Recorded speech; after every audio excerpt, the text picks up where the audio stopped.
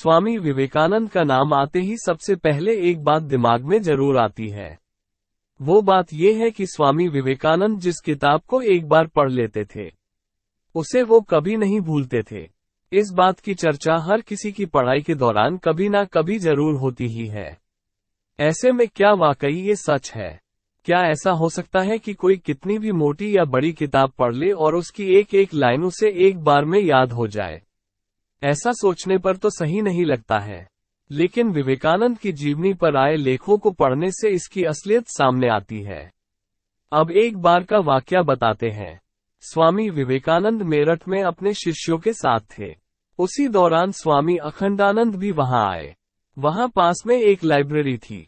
उस लाइब्रेरी से स्वामी विवेकानंद ने एक किताबें लाने के लिए कहा था।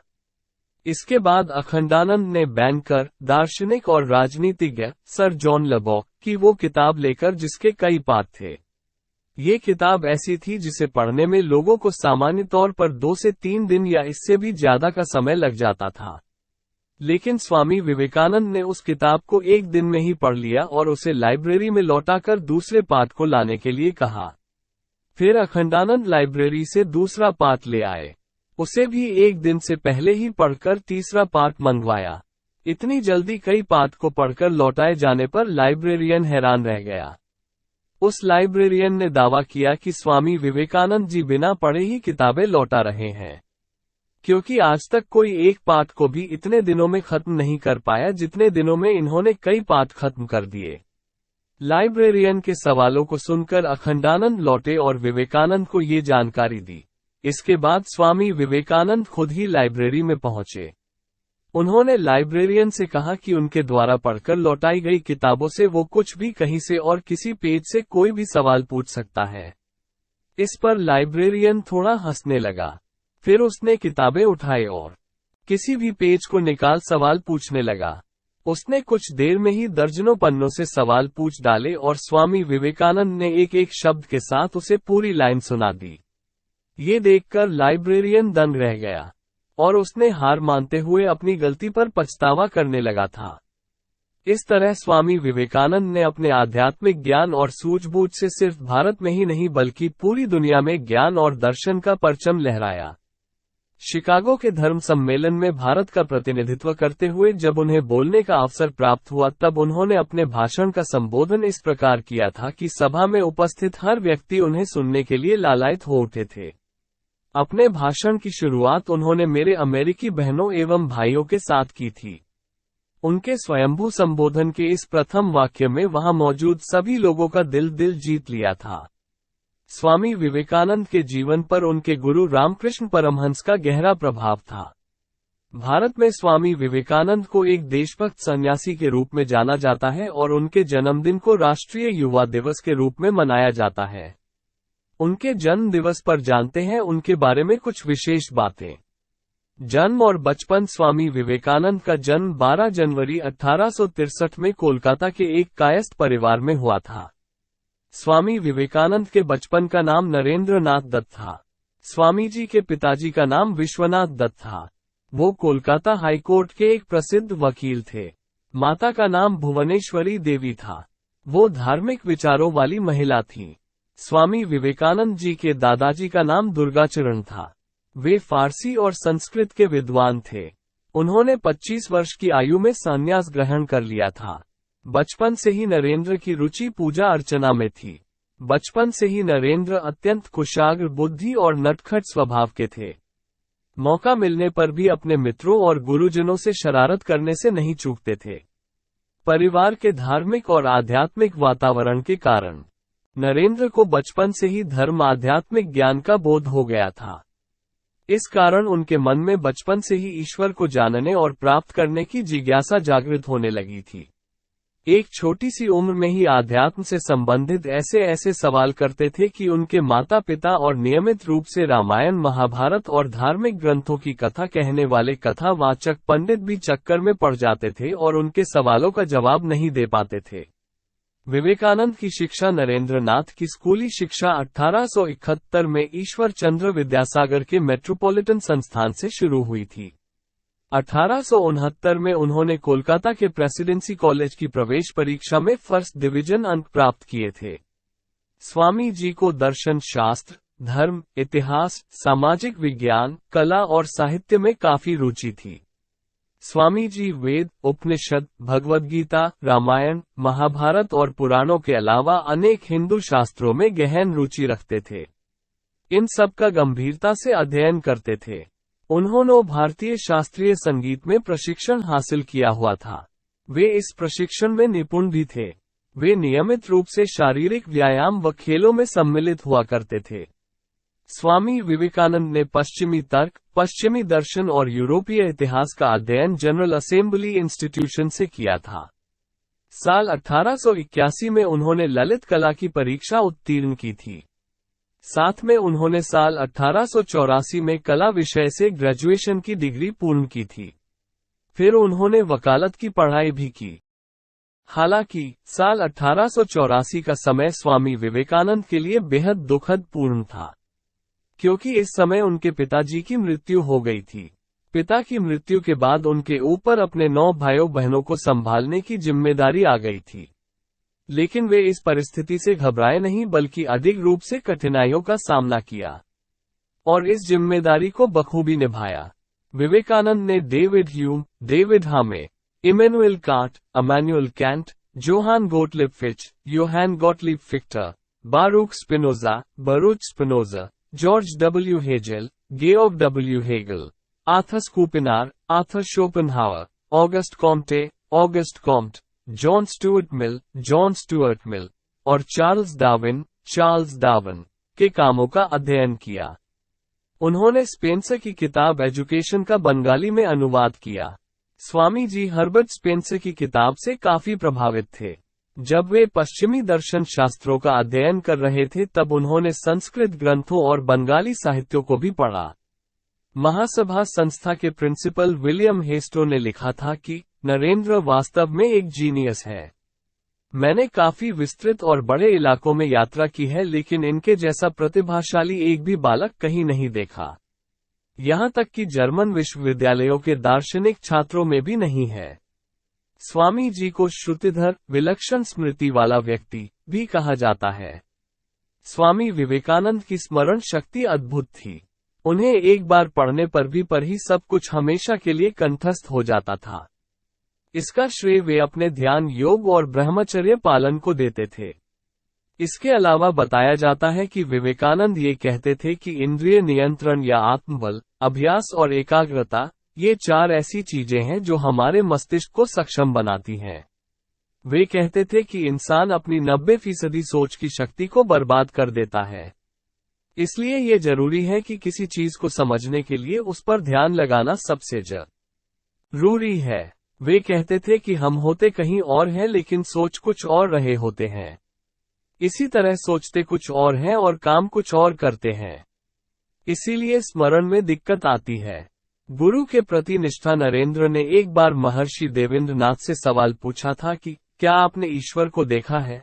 उनके इस सवाल को सुनकर महर्षि आश्चर्य में पड़ गए थे। उन्होंने इस जिज्ञासा को शांत करने के लिए स्वामी विवेकानंद को रामकृष्ण परमहंस के पास जाने की सलाह दी। परमहंस से मिलने के बाद स्वामी जी उनसे इतना प्रभावित हुए कि उन्हें अपना गुरु बना लिया और उनके मार्गदर्शन पर आगे बढ़ते चले गए। इस तरह उनके मन में अपने गुरु के प्रति कर्तव्य निष्ठा और श्रद्धा बढ़ती चली गई। गुरु और शिष्य के बीच का रिश्ता मजबूत होता चला गया। 1885 में रामकृष्ण परमहंस मुंह के कैंसर जैसे असाध्य रोग से पीड़ित थे।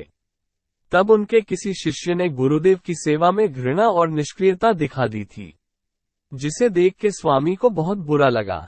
तब स्वामी जी ने अपने गुरु की सेवा की जिम्मेदारी खुद ले ली थी। गुरुदेव के प्रति प्रेम और सेवाभाव दर्शाते हुए उनके बिस्तर के पास से रक्त, कफ आदि से भरी थूकदनी उठाकर स्वयं फेंकते थे। गुरु के प्रति ऐसी अनन्य भक्ति और निष्ठा और निस्वार्थ सेवाभाव से वे गुरुदेव को समझ सके और स्वयं के अस्तित्व को गुरुदेव के स्वरूप में विलीन कर सके और आगे चलकर संपूर्ण विश्व में भारत के अमूल्य आध्यात्मिक भंडार का प्रचार प्रसार कर सके। उनके इस महान व्यक्तित्व की नींव में गुरु भक्ति, गुरु सेवा और गुरु के प्रति अनन्य निष्ठा थी। जिसका परिणाम संपूर्ण संसार ने देखा था। स्वामी विवेकानंद अपना जीवन अपने गुरुदेव रामकृष्ण परमहंस को समर्पित कर चुके थे। उनके गुरुदेव का शरीर अत्यंत रुग्ण हो गया था। गुरुदेव के शरीर त्याग के दिनों में अपने घर और परिवार की नाजुक हालत व स्वयं के भोजन की चिंता किए बिना वे गुरु की सेवा में लगातार लीन रहे। रामकृष्ण मठ की स्थापना 16 अगस्त 1886 को रामकृष्ण परमहंस के निधन के बाद स्वामी जी ने वराहनगर में रामकृष्ण संघ की स्थापना की, परंतु बाद में इसका नाम रामकृष्ण मठ कर दिया गया। रामकृष्ण मठ की स्थापना के बाद नरेंद्र ने मात्र 25 वर्ष की उम्र में ब्रह्मचर्य और त्याग का व्रत लिया और वे नरेंद्र से स्वामी विवेकानंद के रूप में जाने जाने लगे। रामकृष्ण मिशन की स्थापना 1 मई 1897 को स्वामी विवेकानंद ने रामकृष्ण मिशन की स्थापना की। इस मिशन का मुख्य उद्देश्य नव भारत के निर्माण और अस्पताल, स्कूल, कॉलेज और साफ सफाई के क्षेत्र में कदम बढ़ाना था। स्वामी जी साहित्य, दर्शन और इतिहास के विद्वान थे। उन्होंने अपनी प्रतिभा और ज्ञान से सभी को प्रभावित कर दिया था और वे नौजवानों के लिए आदर्श बन गए थे। साल 1898 में स्वामी जी ने बेलूर मठ की स्थापना की और अन्य 2 मठों की और स्थापना की। इन मठों के माध्यम से उन्होंने भारतीय जीवन दर्शन को आम जन तक पहुंचाया। उन्होंने अपनी पैदल यात्रा के दौरान अयोध्या, वाराणसी, आगरा, वृंदावन, अलवर समेत कई जगहों का भ्रमण किया। इस यात्रा के दौरान उन्होंने कई भेदभाव व कुरीतियों का पता कर उन्हें मिटाने के लिए उन्होंने भरपूर प्रयास किया। इस यात्रा के दौरान वे राजाओं के महल में भी रुके और गरीब लोगों की झोपड़ी में भी रुके। 23 दिसंबर 1892 को विवेकानंद कन्याकुमारी पहुंचे थे। यहाँ पर वे 3 दिन तक एक गंभीर समाधि में रहे। यहाँ से लौटकर राजस्थान के आबू रोड में अपने गुरु भाई स्वामी ब्रह्मानंद और स्वामी तुरानंद से मिले थे। इनसे मुलाकात के बाद अमेरिका जाने का फैसला लिया था। स्वामी विवेकानंद की अमेरिका यात्रा साल 1893 में स्वामी विवेकानंद शिकागो पहुंचे। वहां उन्होंने विश्व धर्म सम्मेलन में भाग लिया। शिकागो में उनकी कही बात ने पूरी दुनिया में भारत की एक अमिट छाप छोड़ी थी। यूरोप अमेरिका के लोगों के लिए उस समय भारतीय मजाक के पात्र समझे जाते थे। इसलिए विदेशी चाहते थे कि स्वामी विवेकानंद को सर्वधर्म परिषद में बोलने का समय ही न मिले, परंतु एक अमेरिकन प्रोफेसर के प्रयास से उन्हें थोड़ा समय मिला। इस दौरान एक जगह पर कई धर्मगुरुओं ने अपनी किताब रखी। वहीं भारत के धर्म के वर्णन के लिए श्रीमद् भगवद गीता रखी गई थी, जिसका खूब मजाक उड़ाया गया था। लेकिन स्वामी विवेकानंद के आध्यात्मिक ज्ञान से भरे भाषण को सुनकर पूरा सभागार तालियों की गड़गड़ाहट से गूंज उठा था। उन्हें अपने धर्म के बारे में बताने के लिए सिर्फ 2 मिनट का समय दिया गया था, लेकिन उन्होंने अपने भाषण की शुरुआत इस तरह की जिससे वहां उपस्थित सभी लोग मंत्रमुग्ध हो गए थे। उन्होंने अपने भाषण की शुरुआत कुछ इस तरह की थी। मेरे अमेरिकी बहनों और भाइयों, आपने जिस सम्मान, सौहार्द और स्नेह प्रेम के साथ हम लोगों का स्वागत किया है, उसके प्रति आभार प्रकट करने के निमित्त खड़े होते समय मेरा हृदय अवर्णनीय हर्षोल्लास से पूर्ण हो रहा है। संसार में सन्यासियों की सबसे प्राचीन सभ्यता की ओर से मैं आपको धन्यवाद देता हूँ। सभी धर्मों की माता की ओर से धन्यवाद देता हूँ। सभी संप्रदायों एवं मतों के हिंदुओं की ओर से भी धन्यवाद देता हूँ। फिर स्वामी विवेकानंद ने धर्म की परिभाषा दी थी, जिसके बारे में उन्होंने एक श्लोक सुनाते हुए कहा था कि जिस तरह से विभिन्न नदियां अलग अलग स्रोतों से निकलकर समुद्र में मिल जाती हैं, उसी प्रकार अलग अलग धर्म और अंत में एक ही धर्म में आकर मिलते हैं, जिसे हम भगवान कहते हैं। स्वामी विवेकानंद की मृत्यु साल 1899 में अमेरिका से लौटते समय स्वामी विवेकानंद जी बीमार हो गए थे। वे लगभग 3 साल तक बीमारियों से लड़ते रहे। उस समय तक स्वामी विवेकानंद की प्रसिद्धि विश्व भर में हो चुकी थी। कहते हैं कि अपनी जिंदगी के आखिरी दिन यानी 4 जुलाई 1902 को भी उन्होंने अपना ध्यान करने की दिनचर्या को नहीं बदला।